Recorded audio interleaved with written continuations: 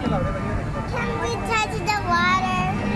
And away we go, everybody. Welcome aboard. My name is Matt. I'll be your captain and storyteller for today. For your safety, I'm going to ask everyone to remain seated with your hands, arms, feet, and legs inside of the boat and supervise your children. To start things off, who we have in front of us is Monster the Whale. Monster is known for swallowing up Pinocchio, but over the years he's gotten really nice, as you can tell, because he's smiling at us right now. He's actually so nice. I talked to him today and he told me he's going to be bringing us into a place called Storybook Land. Who are you? This is not a cave. Ah, see?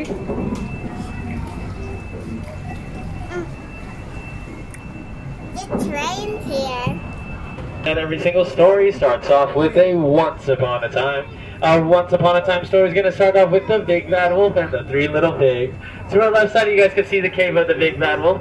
Just across the way is going to be the houses of the Three Little Pigs. First house made of straw, second one of 6, and the last one made out of 100% guaranteed wolf-proof bricks. Inside shortly will be a small, quaint little English village home to the one and only Alice. Alice one day chased a white rabbit and ended up following the rabbit into a hole, in which she got curious about and fell deep, deep down, down, down into the place known as Wonderland. London Park, where Peter Pan first met all 3 of the darling children before they left on their quest to Neverland, only with the help of Tinkerbell and her magical pixie dust. See? Right in front of us, I know it's pretty bright and shining and golden. That is the city of Agrabah, where the street rat Aladdin himself fell in love with Princess Jasmine, even though it's forbidden for them two to ever be with each other.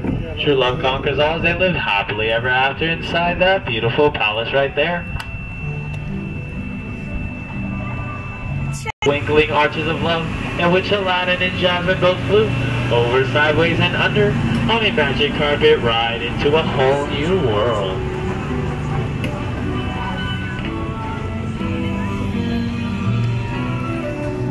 Go sing.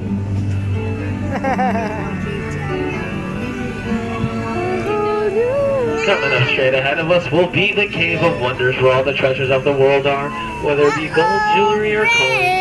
But the most precious thing in there is going to be the magical genie lamp that will grant you 3 wishes of your choice. So if you can find it, grant yourself a wish at this very moment. 3 wish. What do you wish? It will come true. I wish for a tea set. Tea set?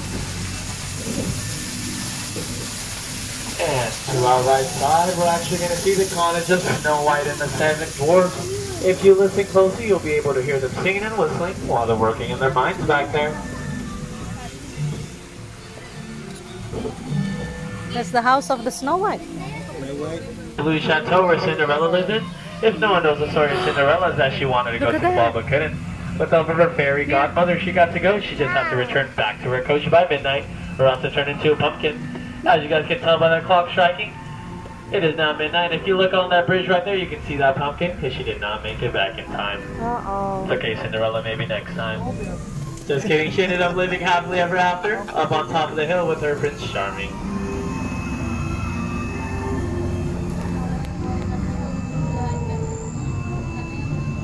Some of you guys might have noticed, and we're probably thinking this is a random looking garden. It's because you're right, it is a random looking garden. It's actually inspired by the 1933 silly symphony cartoon called Lullaby Land. Fun fact about these succulent plants on the ground right here, it takes 100 years for them to grow just an extra inch. And if you guys are wondering how on earth we keep all these plants and trees perfectly well groomed, it's because we have the magical pixie gardeners that come in here in the middle of the night to lay down their pixie dust, because in Neverland things don't grow up. And obviously none of these trees or plants did either. You see that? You heard that?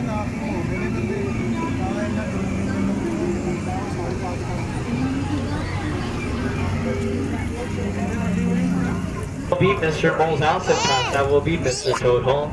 Unfortunately, they will not be joining us on this wonderful cruise because they're off on a wild ride. Oh, the birds. Just to our left side is the Kingdom of Arendelle, home to Anna, Elsa, and Olaf. Arendelle. One day Anna and Elsa were just playing, and Anna wanted to build a snowman, but Elsa said no, I wanted to let it go, and so she let go and made that mountain right up there where the ice castle is. See that? Let it go. On our right side, you see the Alpine village in which Pinocchio was born. Pinocchio's father Geppetto was a wood carver and wished upon a star that his wooden boy puppet would come alive, and that's how Pinocchio came to be a real life boy in this real life world. To our left side is going to be Oaken's Trading Post. If you guys hear a yoo-hoo, that means he's home.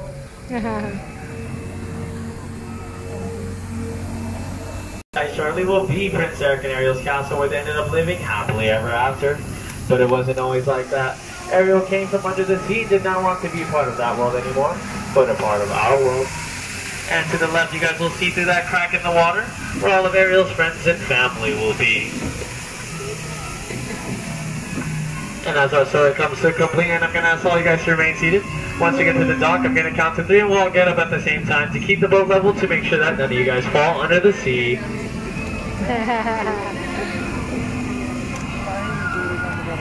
There you go. Good job, Matthew. Thank you. Check it out. Smile.